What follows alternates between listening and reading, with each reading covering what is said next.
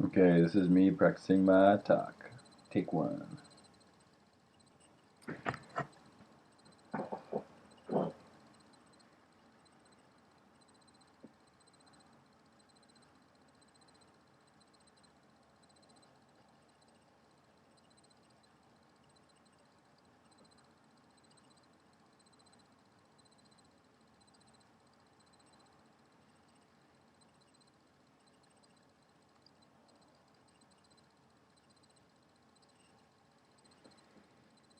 How's it going, everyone? How are you doing? My name is Quinonez-Riegos, and I'm here today to tell you guys a little bit about a story of a journey that I took this past summer, but really began a little bit about 2 years ago. And along the course of this journey, I learned many different things. Probably the most important, though, is my understanding of what it means to be a writer. Uh, I just graduated from Brown this past May, and while I was there, I studied international development, and I also started to write a lot every day. I wrote for myself, really, as a way to process and understand the world. And at the time, about the beginning of my junior year, um, which is the time that this story begins, this is what I understood being a writer to mean. So to be a writer is to believe in one's own story.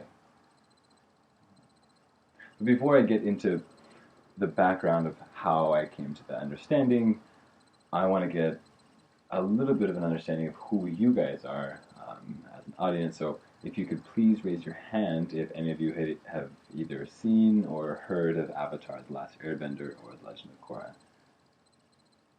All right, okay, cool, yeah, right on. This is my people. Um, Now raise your hand if you think that Korra is better than The Last Airbender. Okay. Now raise your hand if you think that The Last Airbender is better than Korra. All right. Okay. Yes. Yes. This is good. This is good. Here, I'm assuming that more people are gonna like The Last Airbender than Korra because it's kind of just generally known, and I agree. Um, cool. Yeah. Right on. So, what about any favorite character? Do you have a does anyone have like a favorite character? Yeah. Okay. Yeah. Who's your favorite character? Oh, Zuko, not in classic. Yeah, there's the movie. Okay. And you? Yeah, I'm going right on. Cool. Yeah, I'm definitely my hero too. Um, great. Awesome. Well, I think you guys are gonna enjoy this. Um, so yeah, the story of my journey begins 2 years ago here in Japan. During my junior year of Brown, I spent 3 months studying abroad to learn about Japanese Buddhism. So I stayed in Kyoto um, primarily, and there was 1 week during my time there that I was able to travel to a small Zen monastery and participate in a seasonal, silent, and intensive meditation called sesshin. And during sesshin, for those 5 days I spent at the temple, I would be woken up every morning at 4 a.m. by a monk running down the hallways with a little bell. I would sit for hours on end, my knees just burning in sitting meditation, staring in front of a blank wooden wall. And our meals at the monastery consisted of nothing but little tiny bowls of rice porridge, sometimes with a few slices of pickled vegetables. Um, and it was one of the most incredible experiences of my life. Um, because when you can't express yourself at all forms of communication, including writing, were forbidden.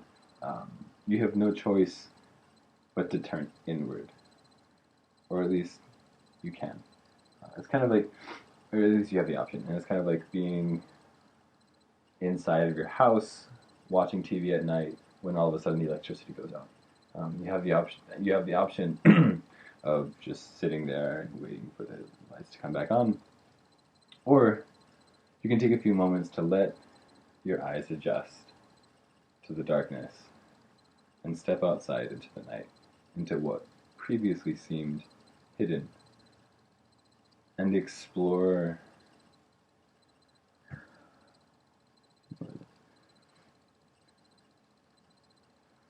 there we go. So you can take a moment to let your eyes adjust, and then step outside into the seemingly dark world,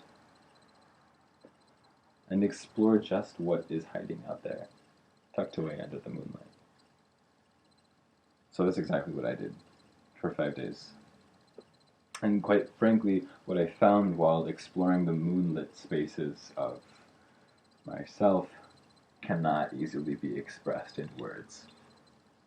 But I found that they were perfectly embodied in one man, Suzuki Roshi.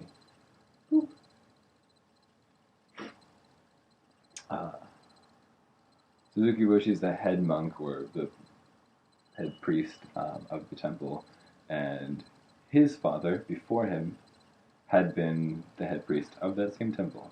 So his entire life had been spent at that tiny little monastery, this tiny temple, nestled at the top of a mountain just outside of Kyoto. The temple is called Vinsenji, which means the temple above the clouds.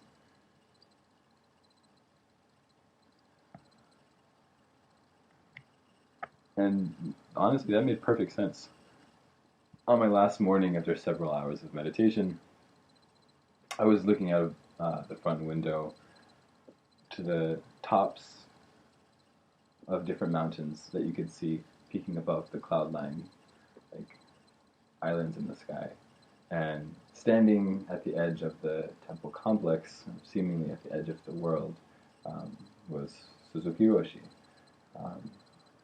And he was standing there with his tattered brown robes and his bald head and his infinitely kind eyes that seemed detached from the suffering of the world below. Because I'm such a big dork, I thought immediately of this man, Monk Gyatso in the Southern Air Temple, Avatar Aang's first airbending master.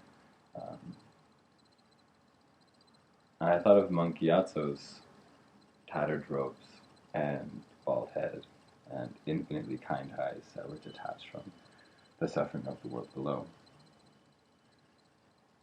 And then I began to think, if I just trained for a week with Suzuki Roshi, and Suzuki Roshi is like Monk Gyatso, who is an airbending master, then it's almost as if I just spent a week in a small temple with an airbending master. And if I can come to Japan to find an airbending master, where else can I go in the world to find masters of the art? Oh. And maybe I began to think, just maybe, I might be able to travel the world to seek out masters of each of the four elements, just like Aang. Whoa! Wow.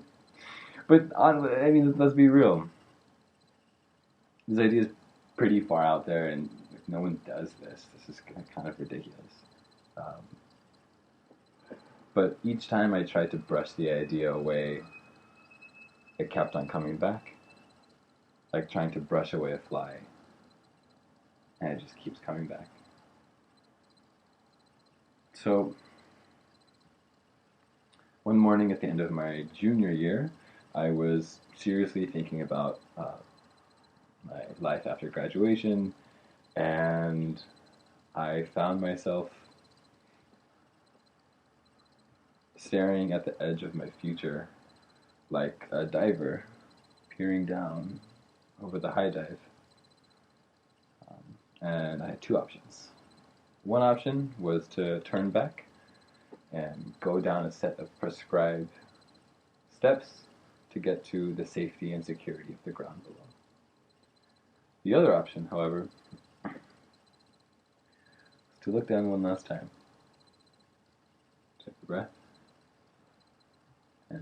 throw myself into the air, allowing the unknown to take me wherever it may.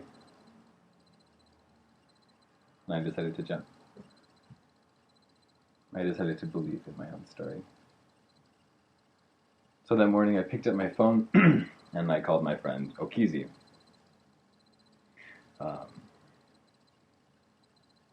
Hey man, I have a pretty big life update. After I graduate, I'm gonna travel the world the world like the Avatar. An important note about Okizi here is that we're both huge fans. When Korra was first coming out, he would come to my dorm every Friday so that we could watch the premieres of the new episodes together. We would often engage in discussions around that age-old question of, what element would you be? Actually, I'm kind of curious. I can't be the only one who's thought about this. So, I'm assuming at least some of you guys have thought about what element you'd be. So, out of the 4 elements, who here would be an earthbender, feel that connects to the earth, or some, yeah. Nice. Okay, cool. Yeah, we should get like an Earth Rumble 6 in here. What about firebenders? Are there any firebenders in here? People, passion. Yeah, okay, cool. That's good, yeah, great. Airbenders? Maybe people who are as free as the air? Yeah, nice. Cool. And my tribe. Waterbenders, what up? Cool, that's great. So, you guys would definitely appreciate it then if I told you that Kizzy and I would often reference different characters in casual conversation. Like, oh, yeah, that's totally something Uncle would say. Yeah. But to put it simply, he was just as big a dork as I am. So when I called him to tell him the news, his emphatic response was, awesome. Go make it happen.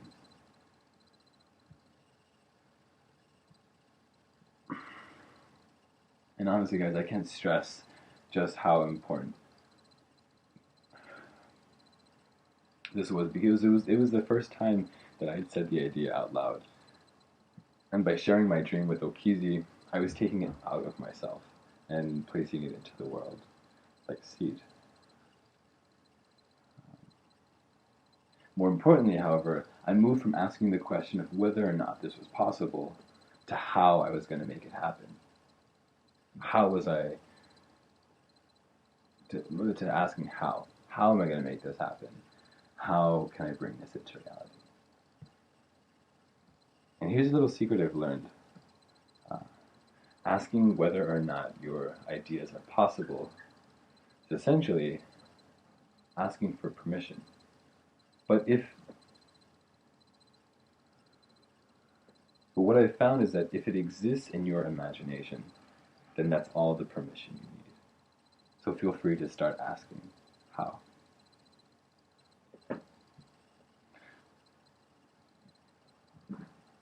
But unfortunately, this is not a lesson that society often tells its young people, especially people like me.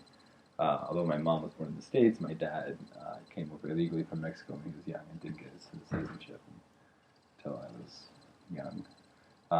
How many others here have parents or grandparents from other countries? Okay, cool. I don't know about you guys, but I certainly don't see many examples of people who are the children of illegal immigrants doing stuff like this photo thing. More often, I see images of people doing stuff like this. Migrant farm worker, landscaper. A personal challenge that I've always faced, and I really had to come across in the process of this journey, is that I'm painfully shy. I was painfully shy as a kid. And it wasn't that I didn't want to speak to strangers in public. It but rather I couldn't. Um, Even just asking for a cup of water at a restaurant, I would be frozen. I would literally be in tears. Um,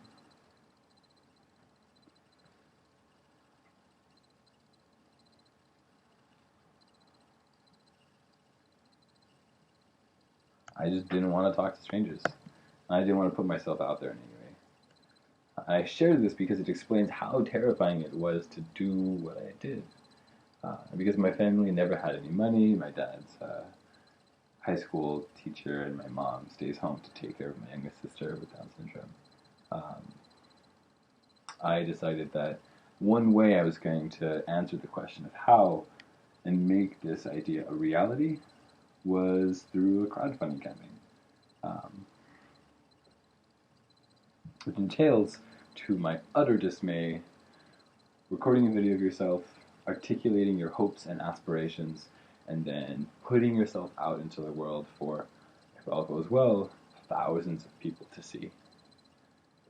Not exactly the ideal scenario for a kid who couldn't even ask for a cup of water. Yet by this point, the idea was bigger than me. I'd asked my middle sister to join me in making the trip happen so that we could adventure, so that we could create an adventure of travel, like these two talking about. As kids, we'd always be like water bending at the beach, but then we really hadn't spent that much time together since I went to college. Um, and I figured that a trip around the world was exactly what we needed to bring us back together. So we worked, so this past winter, we worked really hard to create our campaign page and to launch it by the beginning of January, at the date that we had set. So months of phone calls and scheduling and just hours of editing um, culminated in that launch day. It was kind of a big day. We needed to come out, the gate, like guns blazing. We needed to get a ton of support. And at the end of that day, we had a total of 3 donors. One was my dad, one was our mom, and one was a good friend of mine. The next day, we had a total of 0 donors. The day after that, 0 donors. I was crushed. It sucked. Let me read you a little bit of a little part of a letter that I wrote just a few weeks after that day. Blah, blah, blah. Letter to self.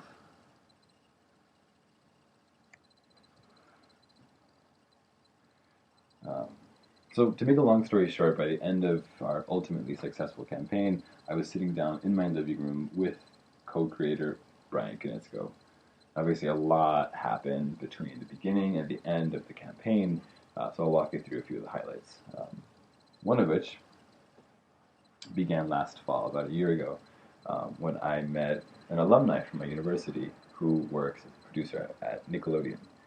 She was giving a talk on campus about her career, and as she was leaving and going back to her car, like walking down the sidewalk, I just came up to her and I was like, "Hi, my name's Tomas. I have this idea. Like, whoa, hi." And she kind of looked at me and smiled and was like, "Oh, that's an interesting idea. Like, there are these 2 young boys who would absolutely love it. Like, they would be so into it." And at that point, like, by 2 young boys, do you mean Mike and Brian, the creators of Avatar? She's like, yeah, oh, absolutely, they're great, they're so nice, they would love. Here's my card, send me an email, and I'll put you in contact with them. Oh, okay. And yeah, she did just that.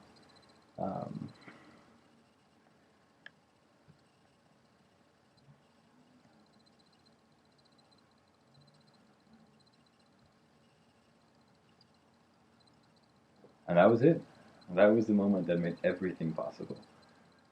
Because that moment turned into an email introduction, which turned into Mike and Brian being supportive of the idea, which turned into them posting our campaign on the fourth day of it being of it running, um, posting our campaign on their Tumblr pages, which turned into us receiving tens of thousands of page views in literally hours, which turned into donations, which turned into a few months later, Brian sitting in my living room, drinking jasmine tea out of a cracked mug, telling stories while I was petting his dog. The entire chain of events began with this one woman who went to my university, which leads me to an understanding about college that no one had bothered to tell me before I went. But actually, so raise your hand if you are planning on going to college. Yeah? Okay. Cool. All right. Yeah, some future leaders here. So where do you want to go to college? Okay, cool. Nice. And you? Nice. Right on. Cool. So I'm sure at these universities you guys are going to receive a fantastic education. But honestly, what I found is that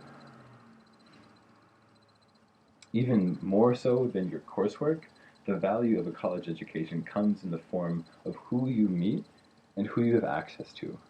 Because these are the people that will continue to inspire you and facilitate your learning for a lifetime. So if you've ever thought like, well, college would be cool, but it's kind of expensive and I can just learn the coursework on my own, I would like you to reconsider because your college education is so much more than your homework.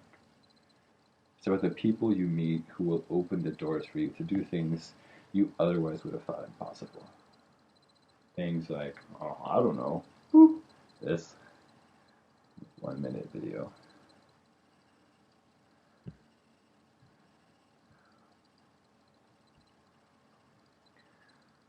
So that was a brief overview of what I was able to do this summer with my sister for 3.5 months.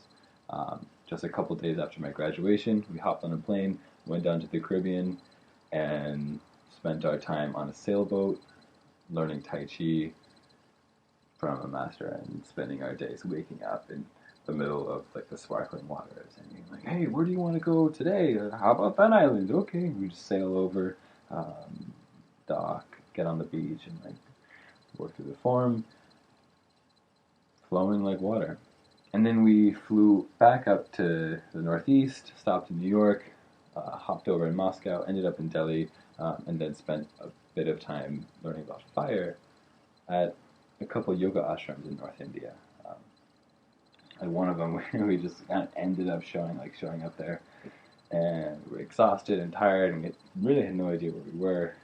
But we walked in, and I met the lady who was in charge of the ashram, and she was saying, like, oh, welcome, and hi, we're doing this trip, blah, blah, blah, elements. When we're here because we're interested in fire. And she looks at me and she goes, you've come to the right place.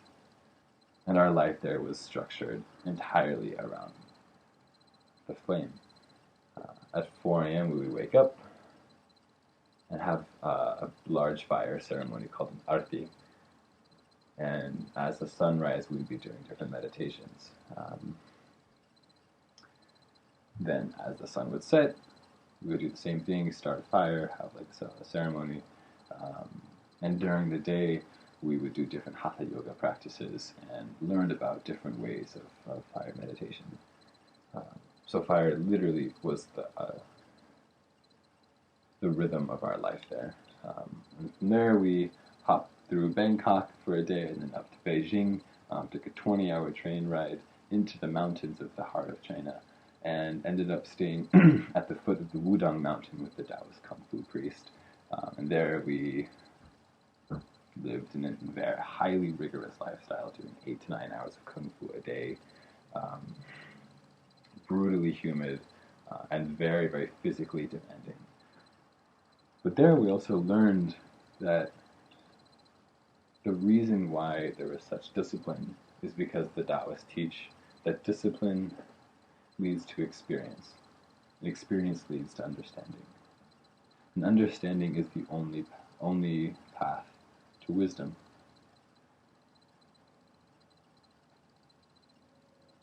Lessons of the Earth.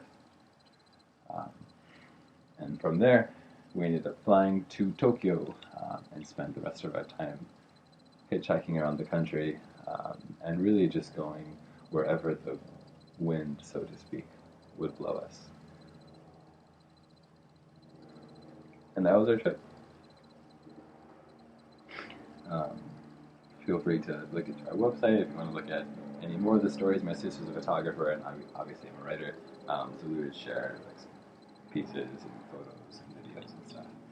So you can check that out whenever you like. But one of the questions that people ask me the most about a trip is what it's like to travel with your sibling. I feel like we have a pretty good example of people of color traveling, of siblings of color traveling together. Playing guitar. Honestly, our experience was pretty similar. Sometimes it was hard, and other times it was painful to be away from our loved ones. And sometimes we would get on each other's nerves in ways that only siblings can. Yet, through it all, we grew. And we came to understand the other just as much as ourselves. And as we stood side by side at the edge of the unknown, we began to realize just how insignificant our lives were and how insignificant our worries are. For as my favorite author, Pico Iyer, writes, quote,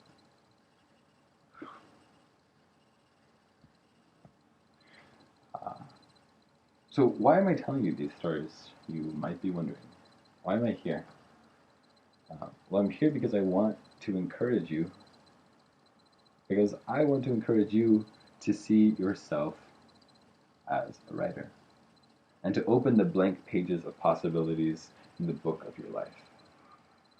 If you've ever had a wild idea of a journey or a crazy dream of an adventure, by God, take out a pen and write that first chapter into your own life's book. Don't ever let anyone tell you what you can't do. And don't be afraid to ask for help. You don't have to move forward alone.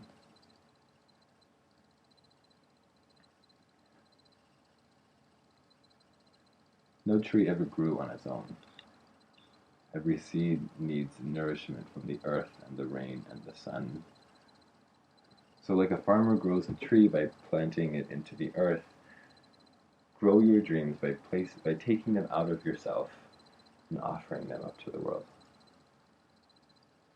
You never know exactly what will happen or how precisely it will grow, but I assure you, it will grow exactly the way it's meant to.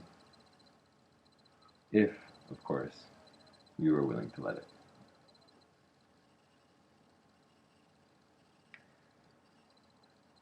So at the end of our trip, when our plane from Japan landed in San Francisco, I got up and stretched and walked through customs, and as I stepped into the gate, I turned on my phone, and as soon as I stepped out into the terminal,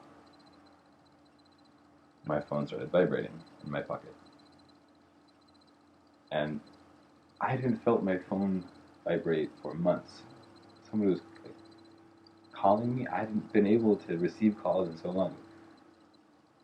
I picked up the phone and hesitantly answered it. Kind of in disbelief. Okizi? I said, "Hey, welcome home, man."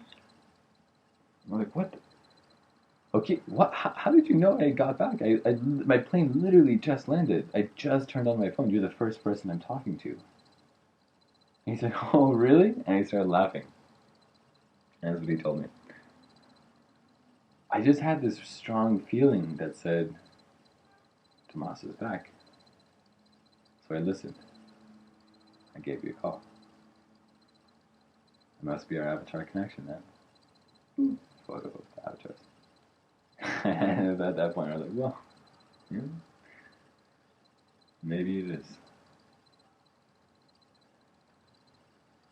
And somehow it does make sense that the first person I would tell about this idea's inception is the same one who would know when it was over. Roots are strongest close to the original seed, I guess.